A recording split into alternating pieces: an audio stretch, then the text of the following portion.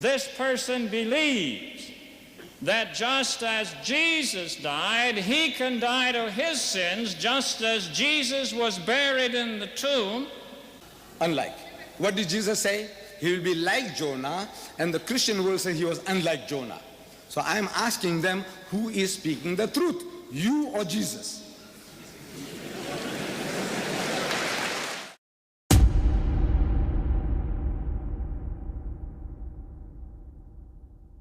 On July 7, 1985, Shaikh Ahmed Deedat was challenged to a debate by a professor at Johnson Bible College, USA, Dr. Floyd E. Clark. And this debate was held at the Royal Albert Hall, London. This debate was tough, especially when Shaikh Ahmed Deedat vehemently refuted Dr. Floyd's opinion, and became even more fierce because it was attended by thousands of Christian and Muslim audiences. You see, when the Christian obeys that command, he is demonstrating his belief that Jesus surrendered up his life, he was buried, he was raised the third day, and he is coming again. Every time someone is baptized, this is the demonstration. This person believes that just as Jesus died, he can die to his sins, just as Jesus was buried in the tomb, he can have his sins buried, just as Jesus was raised, he can be raised free from his sins and receive of the Holy Spirit and live as God intends his people. So there are 2 points. If you want to understand, if you who are of the Muslim faith, the Islamic faith, want to understand Christians, you cannot understand them apart from these 2 celebrations: the breaking of the bread and the immersion in the water.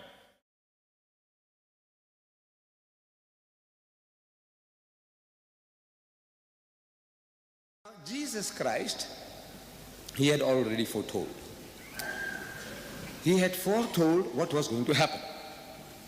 And the clearest, simplest prophecy you find in the Gospel of Saint Matthew, chapter 12, verse 38, 39, 40. The Jews come to him again with another poser, another riddle, another request. They say, Ya muallimu nuridu an nara minka ayatan. I am quoting this in Arabic, so my Arabic brethren might know that there is an Arabic Bible. They have 11 different versions for you. For the Arabs, 11 different versions, different dialects. You have no excuse whatsoever, the Arab. Get the Arabic Bible, master these, and talk to your Christian Arabs.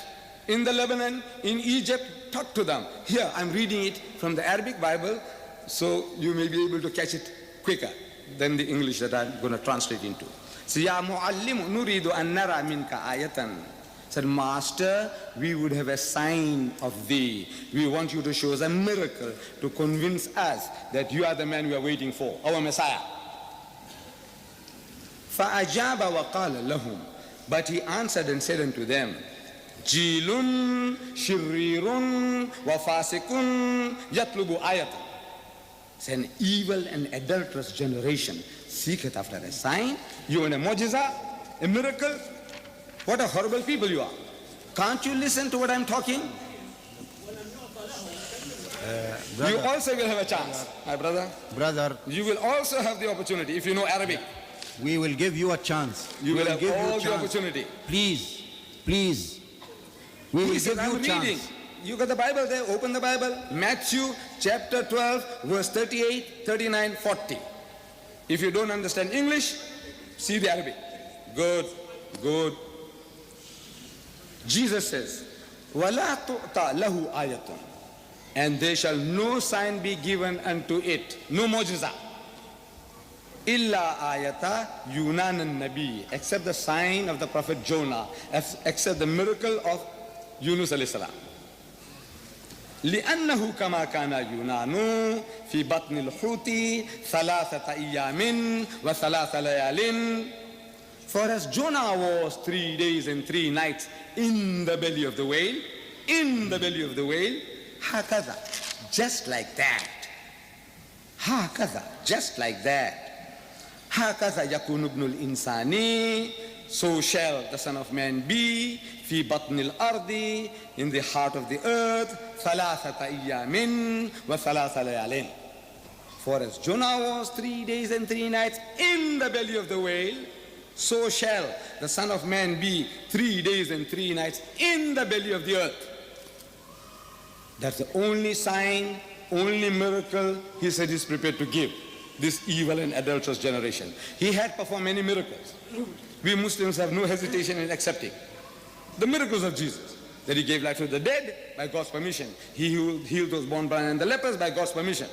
But now, whatever you say, I'm prepared to accept. But here he tells the Jews, no sign, no mu'jiza except one. And that is the mu'jiza, the sign, the miracle of Yunus alayhi salam. They call him Jonah. So I am asking, what was the sign of Jonah? What was his miracle? To find that, you have to go to the book of Jonah. And there is a book in the Bible of some 66 books of the Protestants and 73 of the Roman Catholics. They have 73 books inside the Bible. In these 73 and the 66 books of the Protestants and the Catholics, there is a book. This is the book. I reproduced it, page. I enlarged it, Book of Jonah. This is the book, 4 short chapters. And it won't take you 5 minutes, 2 minutes to read this. But you don't have to go there. Every child, Jewish, Christian or Muslim, knows about the story of Jonah. Jonah and the whale. Everybody knows. The Jew knows, the Christian knows, and the Muslim knows. Yunus alayhi salam, and the fish. Who doesn't know? So I said, look, if I repeat the story to you, you will be able to confirm what I'm going to tell you now about Jonah. Jonah was sent to the Ninevites, a city of Nineveh, over 100,000 people. God Almighty commands him, he says, go to Nineveh and warn the people that they must repent in sackcloth and in ashes, meaning they must humble themselves before the Lord. But Jonah, instead of going to Nineveh, he goes to Joppa, modern Jaffa. He goes to Joppa and he takes a boat and is running away. Why? Because he's despondent. He says, you know, these materialistic people, a wicked and adulterous generation of his time,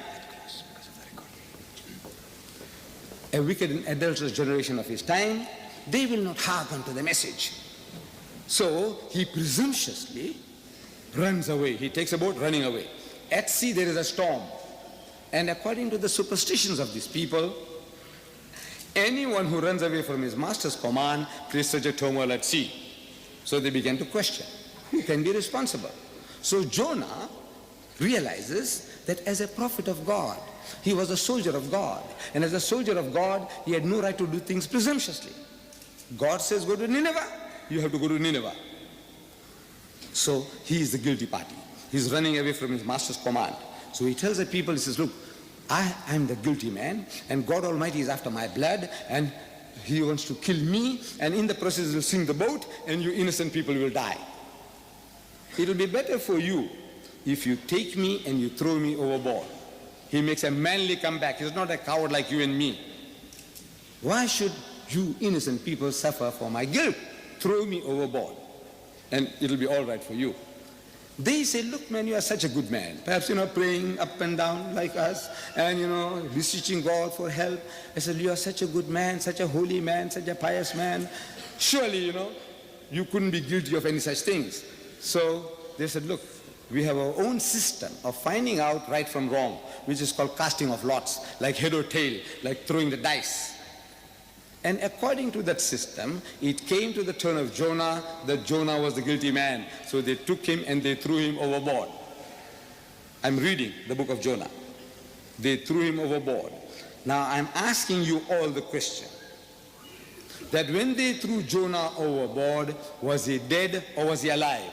But before you answer, this answer I want from you. But before you answer, I want to help you. I don't want you to make a mistake. You see, Jonah had volunteered. He says, throw me. So if a man volunteers, you don't have to strangle him before throwing. You agree? If a man volunteers, you don't have to break his arm or limb before throwing him. Am I right? He volunteered. He said, throw me. If he resisted, it would be different. But it's not. He says, throw me. So when they threw him overboard, please answer me, all of you. Was he dead or was he alive? Alive. Beautiful. You get no prize for that. It was a very easy question.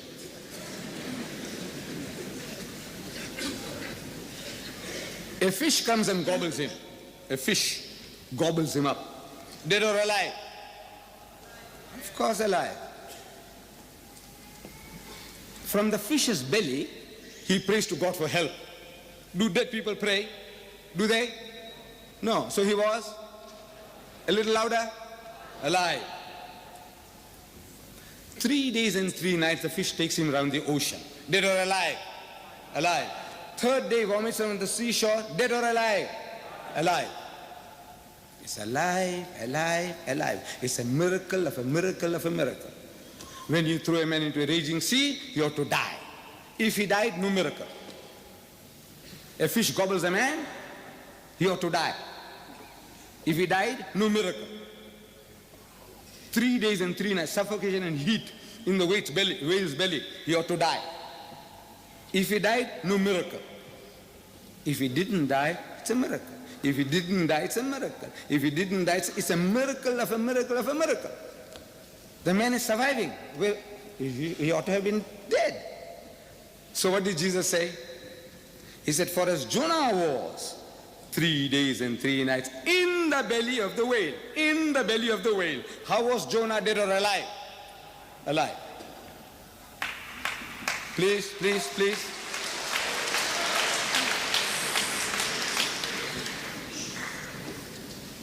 Would you please, brothers, we don't like at all these emotional gestures. Let the speaker continue his lecture. Inshallah. So the answer is the man is alive. 3 days and 3 nights, he's alive continuously. And Jesus said, for as Jonah was, so shall the Son of Man be.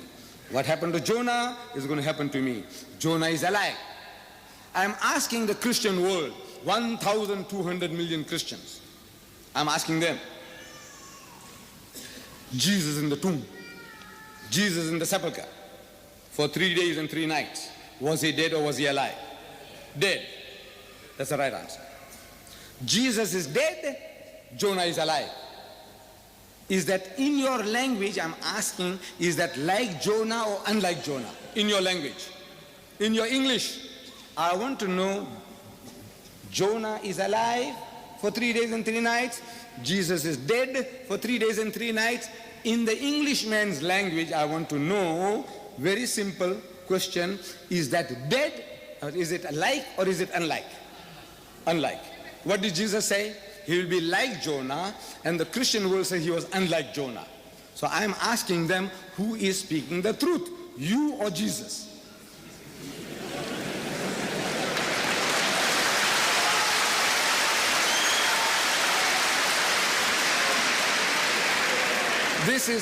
This is a natural reaction.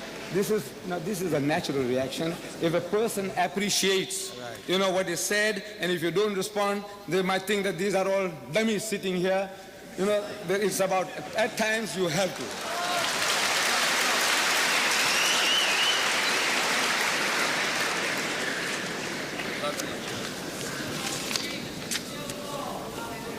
So, you see, my brethren, my dear brothers and sisters, I am only reading the Christian scriptures as they are. I am not adding anything into them, nor am I taking anything out.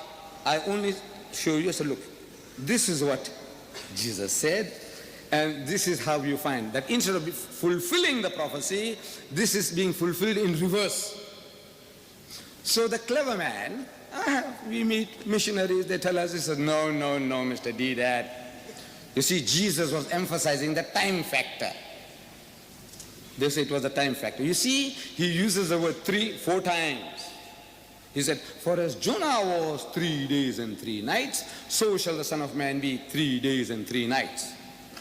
So he's emphasizing the time factor. I said, look, there is nothing miraculous about a time factor. Whether a man is in the tomb for 3 days, 3 hours, 3 years, 3 weeks, that is not a miracle. The miracle is that you expect a man to die and he doesn't die. That is a miracle. They say, no. Drowning men clutching at straws. Drowning women do the same. Somehow, now I can't let go. Easy salvation you have got. You have earned easy salvation. Christ died for your sins.